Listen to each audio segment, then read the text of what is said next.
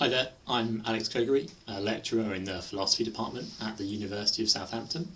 This is the third of these videos on non-cognitivism. So do watch the other videos first before this one, or this probably won't make that much sense. So non-cognitivism, what is that for you? Well, basically non-cognitivism is just the denial of cognitivism, right? So we can just think of this as the view which says, look, what I said in the last lecture, the last video, that was all wrong. That's basically what the view amounts to. So they deny that moral language asserts anything. They think that when you say murder is wrong, that's not trying to put something out there as a truth. You're not trying to share a truth with other people. You're not trying to share information around about how the world is. That's not what you're trying to do. And they think that moral thoughts, moral attitudes, don't really consist in your believing stuff. So when you're a vegetarian on moral grounds, non-cognitivists don't think that, they do think that there's no sort of beliefs in your head playing any crucial role there. They think that to be a kind of moral vegetarian is not to have certain beliefs about it being wrong, but instead something else. And third, they deny that there are any moral truths. They don't think there are moral propositions, they don't think that anything is morally true. So they deny all of those things. So that's all kind of correct, but perhaps not that informative if you want like a positive characterisation of the sorts of things they say instead. So here we've got the instead bit on the screen in front of you. They think that moral language does something else other than assert. They think that moral language is more like commanding people to do stuff or expressing how you feel about things. Right? So when I say shut that door, that's not a declarative sentence, that doesn't express a proposition, I'm not asserting anything, right? All I'm doing is issuing a command, I'm telling you what to do. So one sort of non-cognitivism says something like, when you say murder's wrong, that is really more like a command than an assertion. What I'm saying is, don't murder. I'm like telling you what to do or what not to do.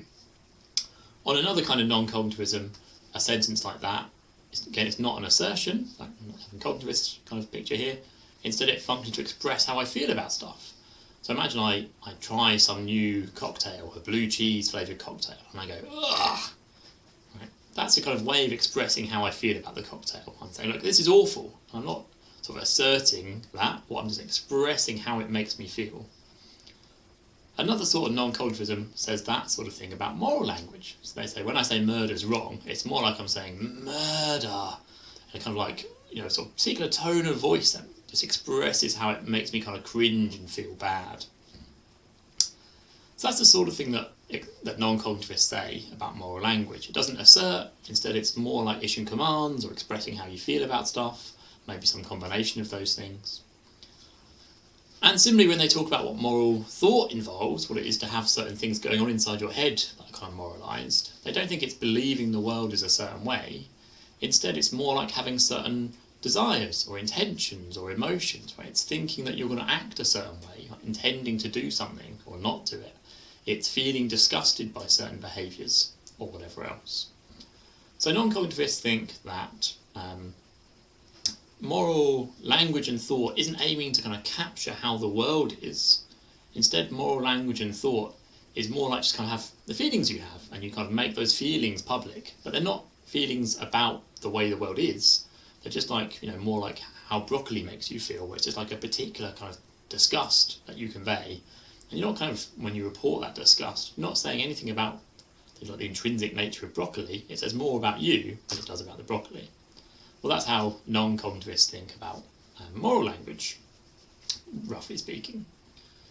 So that view has some advantages and some disadvantages. So some of the disadvantages are obviously the reverse of the advantages for cognitivism. It just looks like that flies a little bit in the face of how we ordinarily think and talk. So I say things like, Jeff believes that it's wrong to eat animals. Sounds like I'm attributing him a belief. Right? That's what I'm saying he thinks. And it sounds like non-cognitivists, at least the simplest version of their view, says that no one has any moral beliefs, because morality is more about what you want or think or feel. And similarly, it looks like we make moral assertions, like the kind of grammar, if you like, of moral claims looks like it's kind of declarative, like declarative sentences, and they just sound like assertions when people make moral claims, when they say murder is wrong.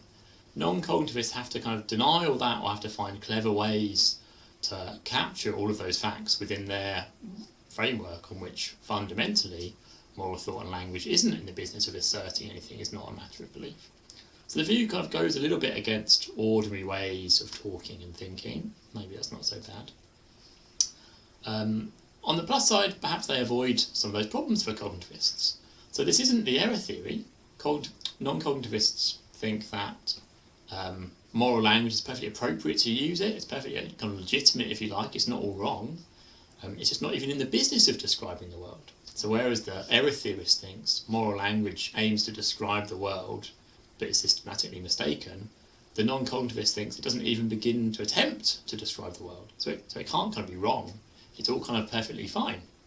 So that's kind of a neat feature of the view. And yet it's completely unlike moral realism. It's not a view on which there are these mysterious, spooky facts floating around out there in reality. So that all sounds kind of attractive. Now I've got two more kind of problems here on this screen, both with a question mark against them because they're a bit kind of unclear what to make of them. So one's about disagreement. So on the cognitivist view, if I say murder's wrong and you reply, hey, no Alex, I think it's okay actually, it sounds like we disagree. It sounds like we're saying opposite things to one another. And the cognitivist makes really good sense of that. It seems like we've got different views about what the truth is. I think something's true that you think is false. You think something's true that I think is false. It's easy to see how we're on different sides of the table here. Now contrast that to how the non-cognitivist understands what's going on. It looks like, on some non-cognitivist views, it's more like I've said, yuck, murder. And you've gone, murder. And it's not clear how much that's a kind of disagreement. It's like we just feel a different way about it. That's clearly like a clash of sorts, but is it like a disagreement? Right? So take the same thing with broccoli. If you go, broccoli, and I go, well, broccoli's okay, right? It looks like, of course, in one sense we disagree about whether it's nice, but it's not like a huge amount at stake there if we just feel a different way about it. And so too the non-cognitivists might be accused of a view on which there's kind of not enough at stake in moral disagreement. If it's just a matter of, hey, people feel different ways, there's sort of no kind of right or wrong answers, that might seem to kind of devalue a kind of moral practice too much. The other worry for non-cognitivism is about motivation. And again, there's a question mark here. So the non-cognitivist says moral kind of thoughts, attitudes are more like, emotions, feelings, desires, intentions than they are beliefs. So on the one hand, that might seem to capture a kind of intimate relation between your kind of moral views and, how you act and your emotions and so on. Right? That's kind of a good feature of their view. But on the other hand, you might think the view ties those things too closely together. So imagine you are a kind of weak-willed vegetarian. So you're kind of like in favour of being a vegetarian, you think you're really worried about cruelty to animals and so on, but you can't follow through on it, right? The taste of meat is just too good and it kind of sways you all the time into eating more meat, even though you kind of think it's wrong to do so. Right. On the cognitivist view, perhaps we can make sense of that as a kind of clash between what you believe and what you want. Saying, right, you believe that it's wrong to eat meat, but you want to do so anyway. And maybe that's irrational or bad, but we can understand how someone could be in that position. On the non-cognitivist view, it's like, well, on the one hand, your moral attitudes are themselves feelings or desires. So on the one hand, you're kind of disgusted by eating meat, and on the other hand, you kind of want to do so. That sounds kind of less possible, if you like. It sounds like that's going to slightly more confused set of attitudes. You might think if your moral attitudes really do consist in your desires and intentions and feelings, it should be very, very easy to live up to those moral attitudes of yours, right? Because you've kind of already internalised them in how you feel about stuff.